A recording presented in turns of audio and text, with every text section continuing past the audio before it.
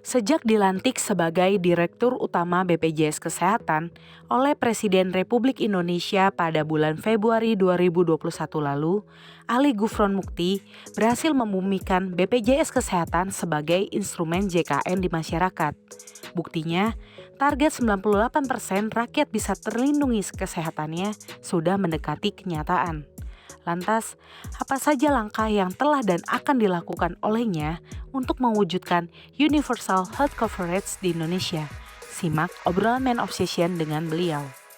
Nah, ini kan program JKN itu kan ditujukan untuk memberikan perlindungan jaminan kesehatan secara menyeluruh ya Pak terhadap masyarakat Indonesia. Nah, bagaimana potret kepesertaannya saat ini Pak? Potret kepesertaannya itu ya terus tambah. Dan sekarang itu sudah mencapai 91% dari 277 juta penduduk Indonesia. Artinya kita sudah mencapai 253,1 juta yang menjadi peserta BPJS Kesehatan di seluruh Indonesia ya.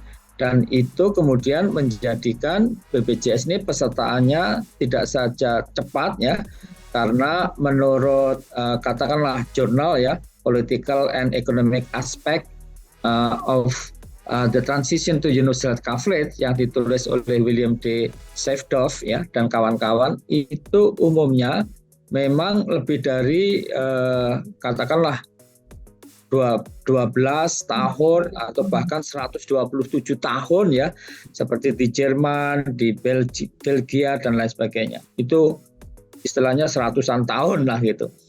Indonesia ini baru hampir 10 tahun sudah mencapai 253 juta. Kalau di Asia Tenggara itu nggak ada yang penduduknya aja nggak ada yang 200 juta. Ya. Di dunia kita akhirnya menjadi terbesar untuk yang single scheme terintegrasi ya. Memang ada yang besar itu tapi terfragmentasi gitu. Demikian ya. Iya Pak, itu kan berarti kan hebat sekali ya Pak dalam waktu 10 tahun tersebut ya. Salah satu faktor pendukung dalam percepatan capaian UHC ya Pak, berarti kan hanya tinggal tadi 91%, berarti 7% lagi ya Pak untuk ini. Iya, atau ya paling tidak ada sekitar keseluruhan ya, itu 24,6 juta jiwa. Artinya kita boleh dibandingkan dengan Amerika ya, yang sampai sekarang masih hampir sekitar 40-an juta penduduk itu belum tercover ya, masih 30 juta lebih lah gitu. Kita tinggal 24,6 juta yang penduduknya hampir sama lah dengan Amerika ya, sebanding Amerika lebih banyak ya, tapi ya mereka sudah istilahnya puluhan tahun, kita baru mau 10 tahun. Gitu. Nah Pak, kalau misalnya itu sejauh mana nih Pak peran pemerintah daerah untuk mendukung terwujudnya tadi UHC tersebut Pak? Iya.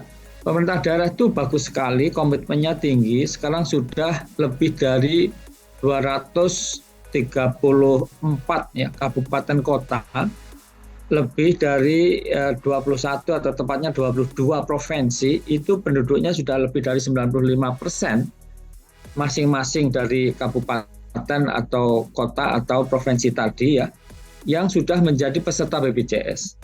Jadi sangat cepat sekali, bahkan mereka itu ya, contoh di DKI, kemudian di DIY, di beberapa tempat ya, di Papua, itu mereka masukkan juga yang belum ditanggung oleh baik pemerintah pusat ataupun katakanlah dianggap belum mampu gitu, mereka juga bayari oleh Pemda itu. Dan kami barusan mengadakan semacam Universal Health Coverage Award ya, untuk pemda-pemda ini yang sudah bisa mencapai itu dan diberikan langsung award itu oleh Wakil Presiden Republik Indonesia. Luar biasa ya Pak, berarti daerah Indonesia yang berada di remote area juga benar-benar pemerintah daerahnya sangat all out ya Pak untuk mendukung sini Pak. Betul. Cuma orang tidak paham kadang-kadang itu apa bedanya Kementerian Kesehatan dengan BPJS gitu. Betul. Nah, jadi sebetulnya sangat clear ya. Kementerian Kesehatan itu lebih ke arah regulasi dan untuk public health ya. Public health serta dari sisi kalau ekonomi itu ada supply side ya, teori supply side, demand side. Jadi Kementerian Kesehatan itu lebih ke arah supply side, termasuk dari sisi infrastruktur, umpamanya di daerah 3T tadi, atau dokternya ya, atau obatnya dari supply side. Sedangkan BPJS itu untuk demand side-nya menjamin permintaan atau akses pelayanan kesehatan yang bermutu itu. Jadi lebih ke arah demand side, sehingga kalau kok infrastrukturnya masih jelek, nah itu bukan tanggung jawabnya BPJS. Gitu, kayak gitu. Itu jadi clear saya kira. Iya. Baik Pak, sesuai dengan arahan Menko PMK ya Pak, agar pemerintah daerah juga mendukung peningkatan cakupan kepesertaan BPJS Kesehatan, khususnya nih Pak bagi warga miskin yang ekstrim dalam segmen penerima bantuan iuran. Nah itu bagaimana teknis dan target di tahun 2024 Pak? Nah, yang jelas Presiden itu menerbitkan Inpres, Instruksi Presiden nomor 1 tahun 2022 tentang optimalisasi program JKN-KIS yang memasukkan juga 30 kementerian lembaga termasuk Pemda. Jadi Pemda harus ikut juga sesuai dengan tugas pokok fungsi dan kewenangannya itu untuk mengoptimalkan program JKN-KIS ini, termasuk tentu ya yang menjadi masalah seringnya itu kan ability dan willingness to pay, kemampuan dan kemauan membayar dari warga Pemda ya. Nah untuk itu kalau memang betul-betul tidak mampu, kalau bisa diurus di pemerintah pusat itu oleh dinas sosial atau kementerian sosial dan harus tergabung di dalam DTKS, data terpadu ya, mengenai kesejahteraan sosial itu. Nah, kalau kemudian tidak bisa masuk ke pemerintah pusat, ya pemerintah daerah kemudian harus ikut memfasilitasi tadi untuk peserta itu bisa ikut gitu, dibayari oleh Pemda. Jika tidak mampu ya, kalau mampu ya bayar sendiri. Kalau saya sih gampang ukuran mampu tidak mampu. Kalau saya sih tidak hanya kita lihat saja secara gampang dia merokok enggak. Merokok itu minimum 150.000 itu sebulan. Nah ini bayarnya cuma 35.000 gitu. 7.000 artinya pasti mampu untuk merokok merusak dirinya saja atau menyakiti dirinya mampu ya, meskipun ada kenikmatannya juga gitu. Benar. Tetapi mampu ya. Nah, belum ini kita bicara tentang HP ya, kalau dia pakai HP itu pasti ya mampu lah kalau cuma bayar BPJS gitu harusnya ya. Tetapi kan bagaimana willingness-nya, kemauan. Nah tetapi mampu tidak mampu ini kalau di Pemda nanti Pemdanya yang menentukan gitu. Demikian. Baik Pak. Nah, ini ada juga Pak salah satu upaya yang dilakukan BPJS Kesehatan nih Pak untuk mempercepat capaian UHC itu melalui program pesiar ya Pak. Iya. Bisa dijelaskan nggak Pak? Nah, perkembangan. Jadi program pesiar itu sebetulnya kan singkatan pesiar itu dari petakan, sisir, ya, advokasi dan registrasi. Jadi ada timnya yang melakukan memetakan, mensisir, mengadvokasi dan registrasi di tingkat desa, sehingga kita ada yang kita sebut nantinya desa sehat sejahtera yang seluruh warganya itu menjadi peserta BPJS gitu. Dan itu kita kerjasama dengan berbagai pihak, tidak saja dengan Kemenko PMK, tapi Kementerian Desa, Pembangunan Daerah Tertinggal dan Transmigrasi atau Kemendes PDTT ya, tapi Kementerian Dalam Negeri, Kementerian Keuangan dan lain sebagainya untuk menyusun petunjuk teknis dan sistem informasi yang akan digunakan dalam pesiar tadi untuk kita bisa implementasikan secara nasional ya. Nah, setelah seluruh proses administrasi diselesaikan ya, nanti akan dilakukan pilot project ya untuk satu desa di tiap-tiap kantor cabang BPJS Kesehatan. Lalu ada timnya tadi yang kemudian melakukan pesiar tadi ya. Jadi pesiar itu mempetakan tadi, mensisir, mengadvokasi dan registrasi. Jadi kita ada agennya gitu yang melakukan itu. Pak, sering dengan dinamika pertumbuhan jumlah kepesertaan JKN nih Pak. Hal ini juga harus diimbangi dengan fasilitas kesehatan yang bekerja sama. Atas apa yang dilakukan BPJS Kesehatan untuk memperluas akses fasilitas kesehatan dan menjaga layanan yang diberikan tetap berkualitas, Pak? Iya, yang jelas kalau BPJS itu berupaya dan bahkan itu fokus utama itu peningkatan mutu layanan. Sekarang itu kepuasannya meningkat secara tajam ya. Bahkan ya dulu BPJS itu sejak didirikan itu defisit, sehingga teman-teman rumah sakit, dokter, teman saya, kolega saya itu pada gelo atau kecewa, sehingga dia menyanyikan lagu BPJS rasa telo, BPJS bikin gelo kayak gitu ya. Nah, setelah kami diberikan tugas untuk mengelola BPJS, maka kami bikinkan lagu ya, dan saya karang sendiri karena mahal kalau kita harus minta profesional gitu ya. Nah, sehingga kita berikan, dan nanti bisa dilihat di YouTube, lagu mengenai BPJS rasa duren, BPJS keren gitu. Wih. Gitu ya. Udah nggak rasa telo lagi ya Pak? Iya gitu. Nah, tentu kita inginkan Pemda juga, kalau bicara Vaskes tadi kan sudah kami sampaikan, Vaskes bukan tanggung jawabnya BPJS, karena itu di supply side ya. Itu bisa Kementerian Kesehatan atau pemerintah daerah gitu. Tapi bagaimanapun BPJS selalu mendorong bagaimana pemerintah daerah juga bisa membangun infrastruktur tadi, termasuk tentu kita mendorong kerjasama daerah juga kita ikutkan di dalam melakukan katakanlah credentialing ya. Ini sudah cukup belum, memenuhi syarat belum, kayak gitu ya. Termasuk untuk apa semua ini? Untuk menjaga mutu layanannya biar bagus gitu. Dan kami proaktif ya, melibatkan pemerintah daerah untuk credentialing tadi, recredentialing ya, mendorong mutu layanannya lebih bagus, dan kami selalu orientasikan sekarang ini bagaimana pelayan BPJS itu bisa lebih mudah. Lebih mudah itu apa? Nggak perlu pakai fotokopi ya.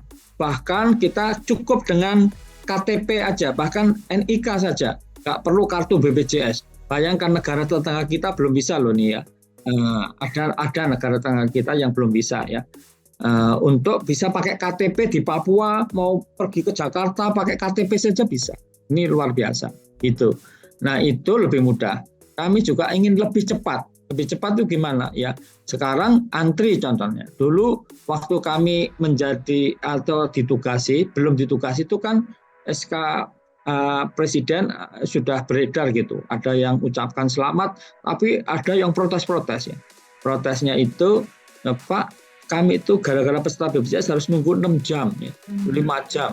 Saya sampaikan sebentar dilantik aja belum, Anda sudah protes ya. Tunggu sebentar ya. Nah, sekarang kita bikinkan namanya antrian online. Dan itu antri itu sekarang lebih cepat ya. Dulu sekitar 6 jam, sekarang 2-3 jam gitu. Dan bisa dari rumah, dari warung kopi, dari berbagai lokasi lah sesuai. Jadi itu lebih mudah dan lebih cepat ya. Gitu. Tapi tidak hanya lebih mudah, lebih cepat, setara, jadi tidak diskriminasi. Ya. Ini kami sampaikan, kalau ada rumah sakit yang mendiskriminasi, mohon kami diberitahu, nanti kami komunikasikan dengan rumah sakit. Gitu. Jadi lebih mudah, lebih cepat, dan setara. Setara, dan iya. Tingkat kepuasan BPJS tahun 2022 lalu mencapai 89,6% ya. Nah, di masa kepemimpinan Bapak juga BPJS Kesehatan mengklaim pertama kalinya ya Pak, tidak memiliki utang klaim ke rumah sakit. Intinya itu kita ingin menjaga cash flow rumah sakit ya, teman-teman rumah sakit ya. Cuma kadang-kadang ya, ini pertama kali ya dalam sejarah lah BPJS, tarif yang kita bayarkan ke Vaskes pertama, Vaskes tingkat pertama itu entah puskesmas atau klinik itu kita naikkan bersama dengan Kementerian Kesehatan ya. Itu belum pernah dinaikkan. Kita naikkan dan cukup lumayan. Nah, sekarang mereka lebih puas lah kayak gitu. Nah, tapi tidak hanya berhenti di situ ya, untuk rumah sakit tadi kan FKTP, sekarang untuk FKRTL, untuk rujukan artinya rumah sakit. Itu tidak saja kami upayakan nggak punya utang, cash flow rumah sakit bisa bagus, tapi kami berikan uang muka. Jadi kalau kinerjanya bagus, tidak mendiskriminasi, tidak banyak komplain di rumah sakit itu, dan itu kami monitor, maka kepatuhannya lebih tinggi, kami berikan uang muka lebih banyak. Gitu. Tidak berhenti di situ, juga kemudian bersama Kementerian Kesehatan kami naikkan tarif ya, bukan iuran kalau ini ya. Kalau tarif ya itu yang dibayarkan BPJS kepada rumah sakit gitu. Gitu. Nah, oleh karena itu di forum ini pun juga saya sampaikan, kalau ada rumah sakit yang merasa loh BPJS punya utang kepada kami, tolong kasih tahu kami secepatnya dan kami bereskan secepatnya. Gitu. Kalau laporan yang kami terima sih nggak ada ya, kecuali yang dispute itu masalah lain ya. Dispute itu masih masih ini masuk apa nggak masuk, masih alay-alayan gitu ya. Itu diselesaikan dulu gitu. Tetapi kalau yang jelas sudah clear ya, dan itu nggak banyak yang dispute itu ya. Artinya nggak sampai 5% ya. 95% itu udah beres gitu. Nggak ada dispute, itu dikirimkan ke kami ya. Belum kami verifikasi, sudah kami kasih uang muka gitu. Iya Pak, dengan begitu kan pelayanan dari rumah sakitnya juga bakal lebih baik ya kepada peserta.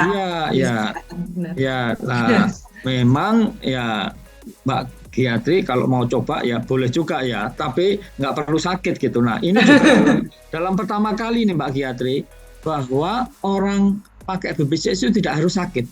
Sehat aja bisa konsultasi ya. Tadi kami lakukan screening ya, screening, promosi, prevensi ya, bahkan kita berikan program untuk senam, untuk kayak gitu ya. Jadi sekali lagi screening itu kita tahu riwayat peserta BPJS itu ya, itu sudah 15 juta lebih ya, karena ini program baru. Jadi peserta kita 253 juta ya, yang pakai screening ini. Istilahnya riwayat screening itu 15 juta lebih ya, 15,5 jutaan lebih.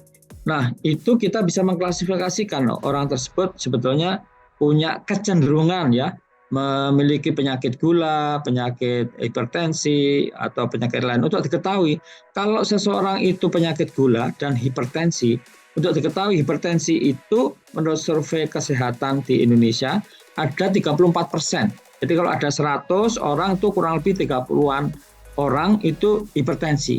Dan menariknya umumnya mereka nggak tahu karena nggak diperiksa gitu. Nah, orang kalau hipertensi dan kemudian penyakit gula ya, makanya sekarang kadang-kadang dokter nanya, loh Anda ada gula nggak? Iya. Pak, kok tanya gula, terus garam, loh kok garam, ini urusan dapur, kok masa tanya dokter gitu ya. Kalau di luar negeri beberapa tempat sudah seperti itu gitu ya.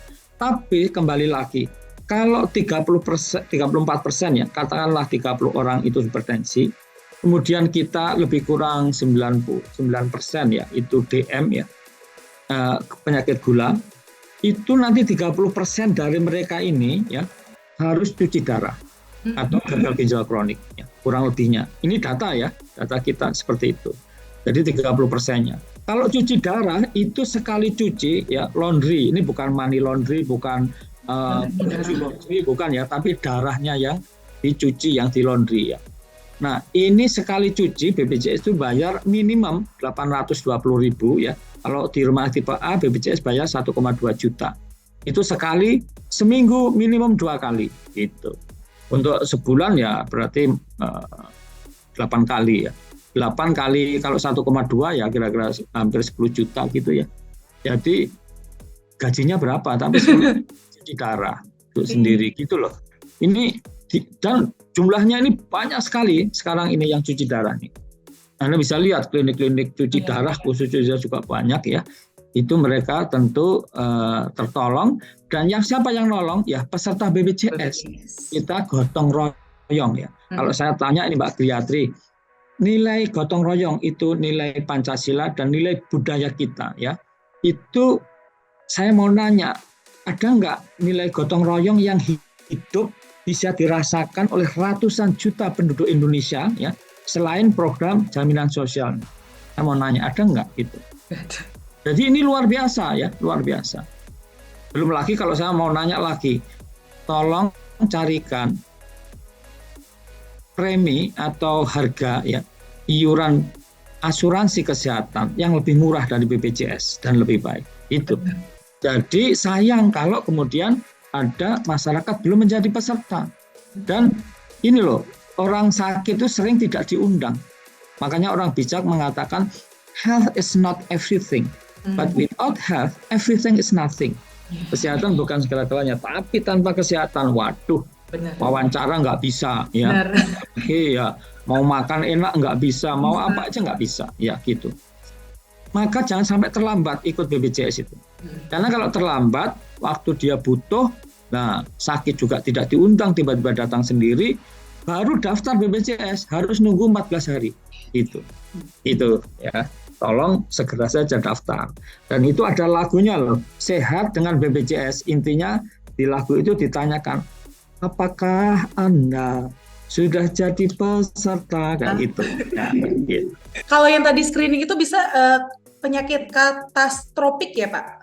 Katastropik. Ya, umumnya untuk kita mendeteksi, mengendalikan penyakit yang membutuhkan biaya besar atau disebut biasanya katastropik. Gitu. Ya, itu banyak, itu ada cancer, ya, tadi ada gagal ginjal ya. Gagal ginjal, tadi ada stroke, ya, kemudian jantung dan lain sebagainya, banyak, ya. Itu tadi dengan yang tadi. Iya, tidak hanya gotong royong ya. Iya, gotong royong. Nanti kita saling membantu. Yang sakit kanker itu saya nggak bisa menyampaikan ya hitungannya, tapi banyak. Jadi sudah, mohon maaf, jutaan istilahnya itu orang Indonesia sakit kanker. Dan itu sudah terbantu ya Pak dengan adanya tentu BPJS bisa ditanya sendiri ya. Dan kita sekarang ini kan kalau orang katakanlah antri tadi bisa dengan antrian online dari berbagai tempat bisa ya, tahu nanti kira-kira jam berapa mau dilayani gitu, itu tahu ya. Bahkan di beberapa tempat oleh siapa dokternya itu ada. Dan kalau ingin konsultasi bisa pakai chat assistant, bisa pakai aplikasi mobile JKN, pakai WA juga bisa. Itu WA di 0811 ya 8 ya 165 165 gitu. Pak, tahun ini BPJS Kesehatan juga kan memiliki target untuk fokus juga ya Pak untuk peningkatan digitalnya ya Pak. Seperti sudah melakukan kerjasama dengan BSSN ya Pak, atau mungkin ada inovasi lainnya Pak dari BPJS Kesehatan Pak? Banyak inovasi itu banyak sekali ya. Kalau saya ceritain ya, tidak saja kita otomatisasi ya di dalam tadi antrian online, tapi juga mobile JKN, kita bisa daftar, bisa cetak kartu dalam kurang dari 3 menit ya, kurang 3 menit cetak elektronik, klik gitu. Wah, ini luar biasa, tidak berhenti di situ. Kalau rumah sakit klaim juga bisa otomatis ya, kita deteksi fraud bisa otomatis, bahkan kita sekarang mengembangkan untuk fingerprint ya, ya dalam proses itu mengenai face recognition, tadi mukanya dikenal karena HP kan sudah juga bisa begitu ya. Jadi banyak hal sedang telah ya dan sedang ya. Jadi contoh namanya tadi saya sampaikan, orang NTT itu ke Jogja atau ke Jakarta atau sebaliknya orang Jakarta juga ke Jakarta pakai KTP saja bisa. Gitu. Ini luar biasa loh, karena negara tetangga kita, saya nggak usah sebut ya, yang penduduknya cukup puluhan juta ya, itu belum mampu. Kita ratusan juta ya, gitu. Baik Pak, kalau target yang Bapak bidik nih Pak hingga akhir tahun 2023 itu apa Pak?